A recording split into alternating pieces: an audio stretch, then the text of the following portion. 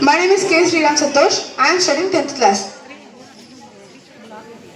ఇక్కడికి వచ్చేసిన టీచర్స్ అందరికీ పిల్లలకి అందరికీ a very happy Independence Day.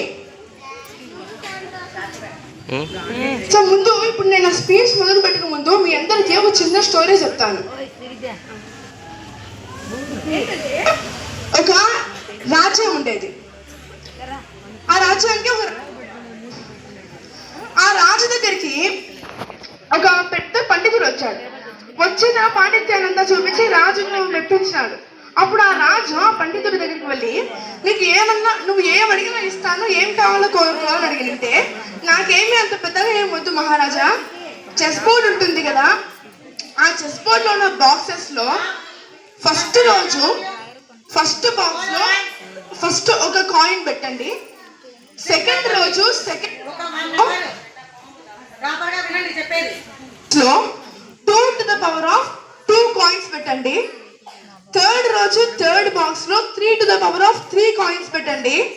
అలా ఎన్ని రోజులు అంత పవర్ కాయిన్స్ ఒక్కొక్క బాక్స్ లో పెట్టుకుంటూ వెళ్ళి నాకు ఇవ్వండి మహారాజా అన్నారు. అలా ఫస్ట్ రోజు సెకండ్ రోజు థర్డ్ రోజు అలా పెట్టుకుంటూ పోతూ ఉంటే చెస్ బోర్డ్ లో ఎన్ని బాక్సులు ఉంటాయి? 64 బాక్సెస్ ఉంటాయి. అలా 64th డే వచ్చేసరికి 64 to the power of 64 gold coins కావాల్సి వచ్చినాయి. అంతటి గోల్డ్ కాయిన్స్ ఆ రాజ్యంలో ఉన్న ప్రజలందరి ఆస్తిని, ఆ రాజు ఆస్తిని అమ్మినా సరే అంత అమౌంట్ ఆ రాజుకు రాలేదు. కాబట్టి ఇలా 64 డేస్ అయినా వచ్చిన amount 64 to the power of 64 అంతటి అమౌంట్ రావాలన్నా సరే స్టార్ట్ అయిన దగ్గర నుంచి ఫస్ట్ రోజు ఫస్ట్ బాక్స్లో ఫస్ట్ కాయిన్ దగ్గర నుంచి.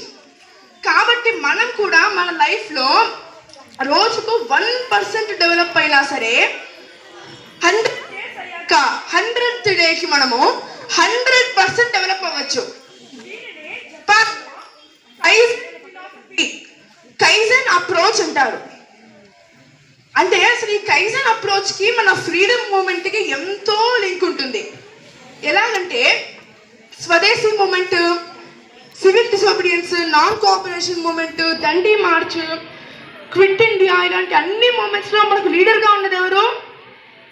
మహాత్మా గాంధీ. గాంధీ తాత కదా. ఈ గాంధీ తాత కూడా ఈ కైజన్ ఫిలాసఫీనే వాడినారు. ఎలాగంటే ఇప్పుడు మనము బ్రిటిషర్స్ రావాలంటే మనం రెవల్యూషన్ చేయాలి, మనం యుద్ధం చేయాలి, అప్పుడే మనం త్వరగా ఫ్రీడమ్ తెచ్చుకోవచ్చు కదా అని ఎంతో మంది ఫ్రీడమ్ ఫైటర్స్ గాంధీతో అన్నా సరే గాంధీ దానికి ఒప్పుకోలేదు. గాంధీ తాత నమ్మిన ఫిలాసఫీ ఏంటి? సత్యాగ్రహ. కాబట్టి నాన్ వైలెంట్ గా ఉంటూ ప్రతి ఒక్కరిలో నేషనలిజం, ఇది నా కంట్రీ, ఈ కంట్రీ నాది అన్న ఫీలింగ్ ని ప్రతి ఒక్క సిటిజన్ లో తెప్పించి కులము, మతము, జాతి ఇలాంటి భేదాలు ఏమీ లేకుండా అందరినీ యునైట్ చేస్తేనే మనం ఫ్రీడమ్ మూమెంట్ లో పార్టిసిపేట్ యాక్టివ్గా చేయొచ్చు అన్నది గాంధీ ఫిలాసఫీ. కాబట్టి అలా యునైట్ చేసి మనం 200 ఏళ్ళు కష్టపడ్డాం.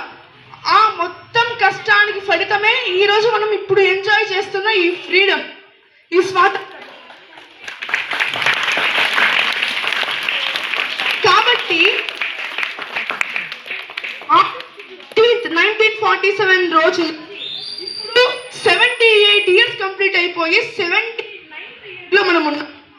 ఇలా రోజు 1% డెవలప్ అవుతూనే ఇప్పటికీ మనం ఇంకా డెవలపింగ్ కంట్రీగా ఉన్నాం.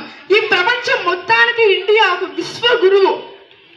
ఎలాగంటే ఇప్పుడు మనము సోషల్గా పొలిటికల్గా చూసుకుంటే మన ఇండియాలో ఉమెన్ పట్ల డిస్క్రిమినేషన్ ఎంతో ఎక్కువగా ఉండేది. ఎన్నో ప్రాక్టీసెస్ జరుగుతూ ఉన్నాయి. ఫర్ ఎగ్జాంపుల్ సతీ సహగమనం ప్రాక్టీస్ మీకు తెలుసు కదా. అలాంటి ప్రాక్టీసెస్ ఎన్నో జరుగుతూ ఉన్నాయి.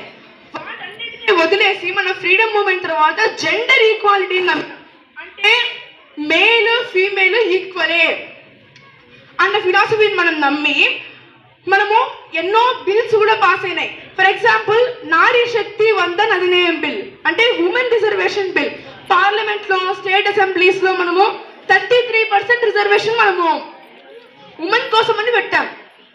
అలాంటిది కాకుండా ఇంకా ఈ రోజు నుంచి మనకు స్త్రీ శక్తి అని ఫ్రీ బస్సులు కూడా రిలీజ్ అయ్యాయి.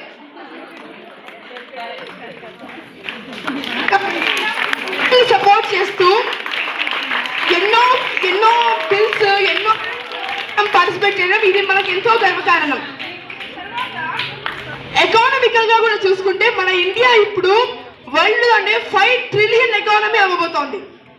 తర్వాత మనము లా అండ్ ఆర్డర్ పరంగా చూసుకుంటే ఇంతవరకు మన ఇండియన్ హిస్టరీలోనే మనంతకు మనము ఏ దేశం మీదకి యుద్ధానికి పోలేదు.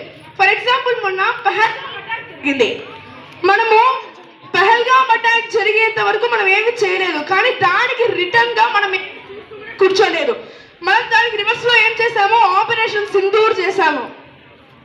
కాబట్టి మన ఇండియా మామూలుగా అయితే ఎవరిని ఏమి అనదో, ఎవరికి జోలికి పోదు. కానీ ఎవరన్నా వచ్చి మనల్ని ఏమన్నా అంటే తప్ప మనంతకు మనం ఎవరన్నా వచ్చి మనల్ని ఏమన్నా అంటే తప్ప మనము ఏమి చేయము. అదే మన ఇండియా యొక్క గ్రేట్నెస్. కాబట్టి ఇలా ఎన్నో ఫీల్డ్స్ లో ఇప్పుడు మన టెక్నాలజీ మొన్న మన ఇండియన్ అయిన సుభాష్ శుక్లా యాక్సియం 4 అన్న మిషన్ లో స్పేస్ నుంచి వచ్చాడు. రాకేష్ శర్మ లాగానే ఇస్రో వాళ్ళు స్పేస్ నుంచి ఇండియా ఎట్లుంది అంటే సారే జహాన్ మే అచ్చా హిందుస్థాన్ హమారా అన్నాడు. కాబట్టి ఇలా ఎన్నో ఫీల్డ్స్ లో మన ఇండియా ప్రపంచం మొత్తానికి విశ్వగురువుగా నిలిచింది.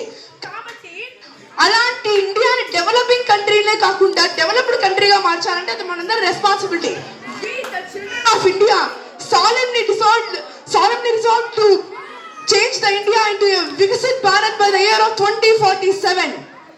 మనమందరం ఖచ్చితంగా 2047 అంటే 100th year of independence కి మనమందరం కలిసి మన ఇండియాని వికసిత్ భారత్ గా మార్చాలి. ఎందుకంటే we should be the change we wish to see in the world. నాకు అవకాశం ఇచ్చినందుకు ధన్యవాదాలు. జై హింద్.